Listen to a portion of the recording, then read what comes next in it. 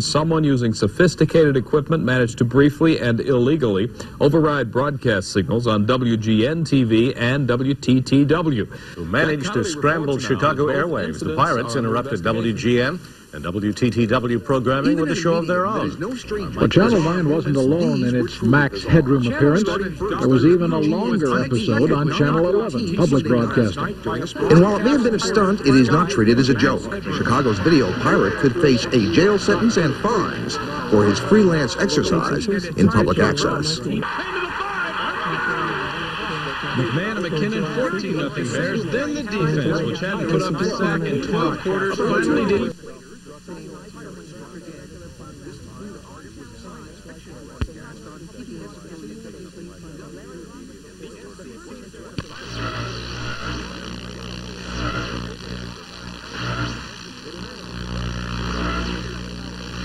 The Max Headroom Incident. This is probably the most infamous and disturbing hijacking in the history of American television, and something you've probably at least heard of. I myself have discussed it briefly before, and there's a reason people are still talking about this case 35 years after it first occurred. It's one of the most intriguing, strange, and creepy incidents to occur on TV, especially because to this day it remains unsolved. But let's take a step back. Well, maybe a few steps.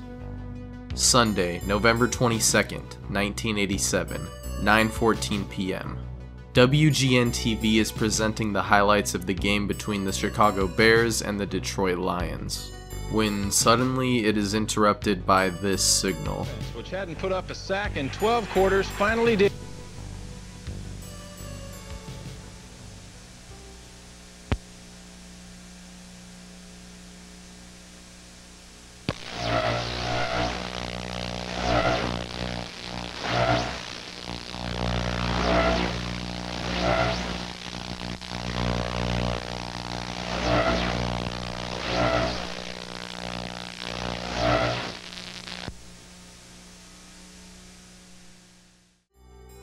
This first initial broadcast hijacking is less well known than the second one, and only lasts about 17 seconds before it is taken off the air.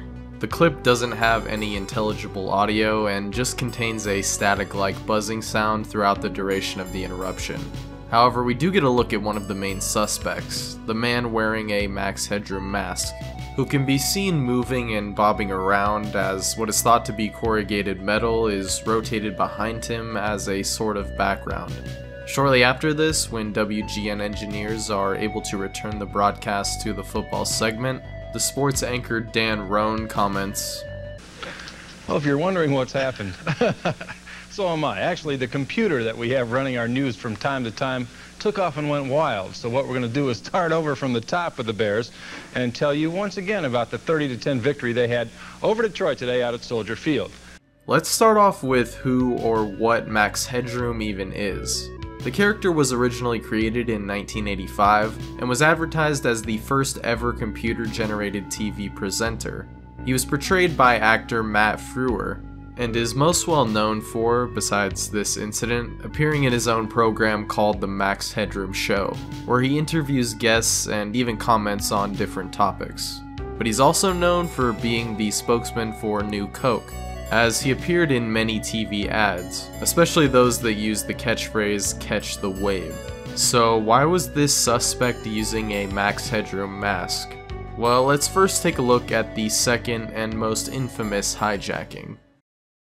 On that same night of November 22nd, 1987, at approximately 11:20 p.m., a different TV station also located in Chicago called WTTW was airing episodes of Doctor Who, when their signal was hijacked by the same perpetrators. However, this time their signal went uninterrupted for almost a minute and 30 seconds, which included full video and audio. Although some of it is hard to understand and some of what is said is still debated to this day. Still, there's a lot to be gleaned from this interruption. Take a look.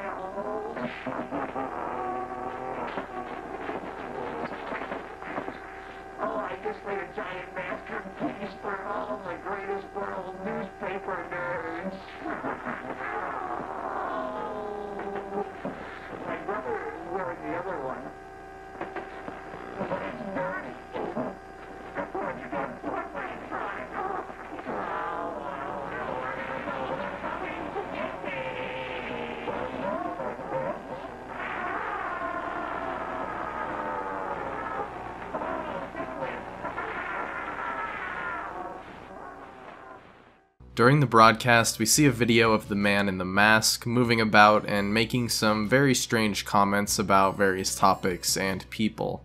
He references a Chuck Swirsky and the first station that was initially hijacked, WGN-TV, who he refers to as world's greatest newspaper nerds. And this Chuck Swirsky is also a sportscaster for that same channel. Also, you remember Catch the Wave, the new Coke slogan? He also says that while holding up a can of soda, possibly Coke or Pepsi, it's hard to tell.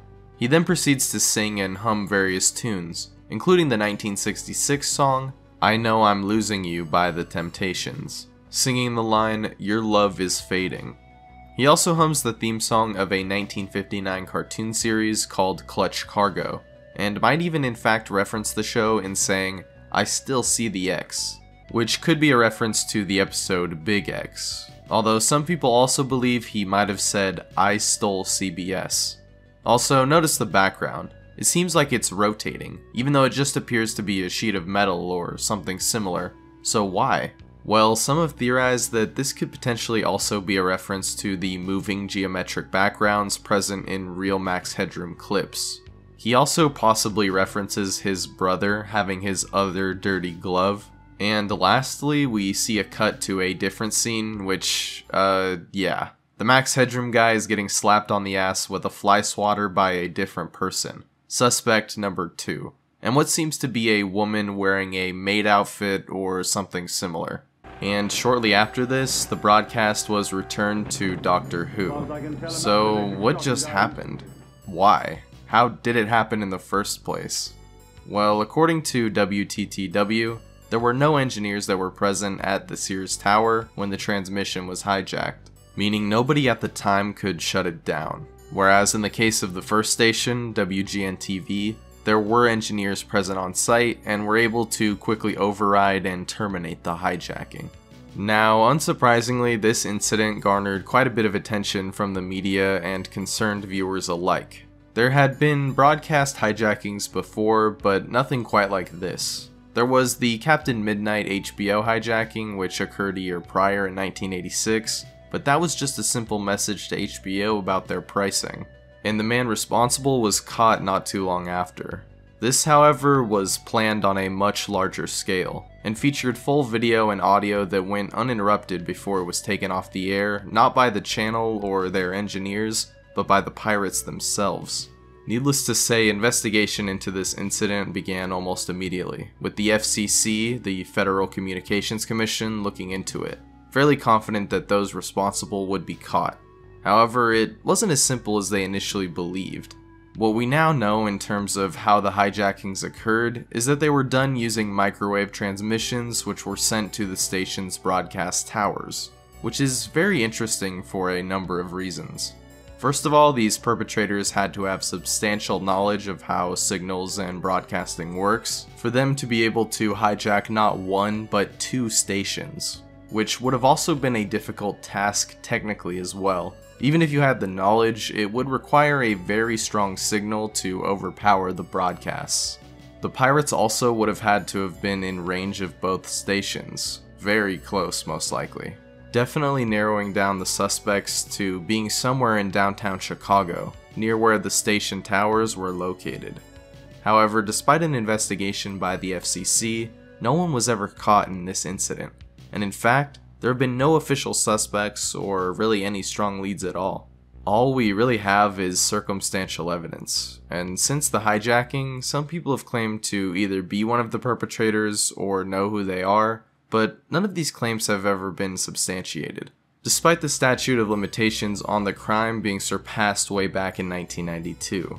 However, that doesn't necessarily mean we have no idea who did this. There are a number of theories as to who these culprits could actually be. Let's start off with the information we have about the pirates. We know it was perpetrated by at least 2, maybe 3 or more people, based on those acting in the video. Although it's unknown if these persons were involved in the actual hijacking themselves, or if they just performed or helped in the creation of the videos. Like I mentioned earlier, someone among them had to have pretty extensive knowledge of broadcasting and technical skill, and they must have been present near the 2 stations at the time of the intrusions on November 22nd, 1987 in downtown Chicago. But what else do we know? Well, it could potentially be a pair of brothers, as the person portraying Max does reference his brother as having the other glove, at least according to analysis of the audio. That sounds like what he says at least. There's also presumably a female suspect featured in the last part of the video. Also, we know from that scene that this was actually pre-recorded, as it jump cuts to the scene at the end, and it's not a live performance or anything. But the most interesting clue, in my opinion, is this part.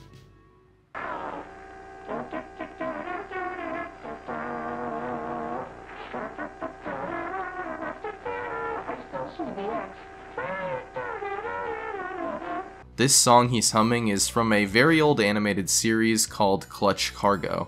In fact, it ran from March 1959 to 1960, 28 years before this hijacking. Which, if the show was part of the suspect's childhood presumably, he would be in the age range of about 30 to 40 when this video was made, due to the cartoon becoming popular in the early 60s. However, this is just pure speculation. Even so, some have crafted some interesting theories on who may actually be behind the Max Headroom mask. Some believe it could have been an employee of WGN, or perhaps a former one based on the comments he made about them in the video, as well as his reference to Chuck Swirsky. While others believe it could have been any random person in the underground hacking communities located around Chicago at that time. It's really hard to determine a suspect in this case, because the motive for the broadcast is unknown. Was it just a joke, a simple prank, or was there a deeper meaning or message behind it? People have been trying to figure it out for years, but still, we really have no idea what the purpose of this even was, let alone who actually committed it. But there are theories on a few specific people that some believe could be behind it. The first suspect on our list is John R. McDougal, aka Captain Midnight, the same person who jammed the HBO signal and displayed this message on April 27, 1986, a year prior to the Max Headroom incident. But with the first intrusion, McDougal's motive was clear. He was protesting the price increase for HBO's satellite dishes. However, HBO didn't take too kindly to this and promptly contacted the FCC, who launched an investigation and were able to narrow down the list of uplink sites that could have been capable of jamming the signal, and soon it was narrowed down to only 12 stations, at which point all 12 were investigated and McDougal appeared as the prime suspect, as a resident from Wisconsin just so happened to hear a man bragging over a payphone off Interstate 75 in Florida that he was the one to do it. That witness was able to obtain their license plate number, and sure enough it was McDougal, who it was found out used a teleport uplink station in Florida to commit the signal intrusion at his second job, as he was an electrical engineer. He pleaded guilty to illegally operating a satellite uplink transmitter, and was given a $5,000 fine and 1 year of unsupervised probation, no jail time, technically making it possible that he was the one who committed the Max Headroom incident, as he was familiar with the technology, also grew up in the Chicago area, and also fit the age range of the suspect. But this theory has quite a few flaws. First of all, the HBO hijacking had a clear goal and motive, no extra weird stuff, no video, no Max Headroom mask. Second of all, he worked alone, unlike the people in the 1987 intrusions. Also, of course, he lived in Florida at the time, so it doesn't make much sense for him to go all the way to Chicago, have access to the equipment necessary for hijacking, commit the intrusion with accomplices, and then go back to Florida and never be caught, despite being found out relatively quickly for the 1986 jamming. All in all, it's unlikely that it was him, although it does make for an interesting story. In my opinion, this is the most interesting suspect. Not because the evidence is necessarily the strongest, but because of who this is. The person in question is Eric Fournier, who you might recognize for his work under the name Chez St. John, a character featured on a YouTube channel created by Eric that is a model made of mannequin parts. And the videos featuring his character are known for their disturbing and surreal nature, kind of similar to the Max Headroom incident, although that's not evidence of anything. Unfortunately, the original channel has been deleted, however there are many re-uploads of these videos. But the theory that he was behind the Max Headroom incident stems from the fact that he lived in Bloomington, Indiana, which is fairly close to Chicago, and played for a band called the Blood Farmers during this time. How does that mean he's responsible for this, you might ask? Well, I guess rumors spread around that he wanted more exposure for their band and their music videos, and so they used equipment from a local TV station to record a music video and broadcast it, but they didn't want to be caught, so they instead just played some weird prank, with Eric being the Max Headroom guy, and making stuff up as they went. Yeah, this theory isn't very credible and doesn't really make any sense at all. Even his former bandmates have gone on to debunk this theory. His friend and former bandmate Harry Bergen even said this about the rumors. Quote, "This is ridiculous bullshit. Eric didn't know anything about video editing when we were in high school. We never made music videos apart from someone maybe videotaping one of our shows. We weren't friends with anyone getting degrees in mass communications and had no access to broadcast equipment. I think the only time the four of us were ever in Chicago together was to see a Pixies concert at the Riviera." And as for Eric himself, he sadly passed away in 2010 at the age of 42. So yeah, very unlikely that Eric or any of his former band members or associates were involved.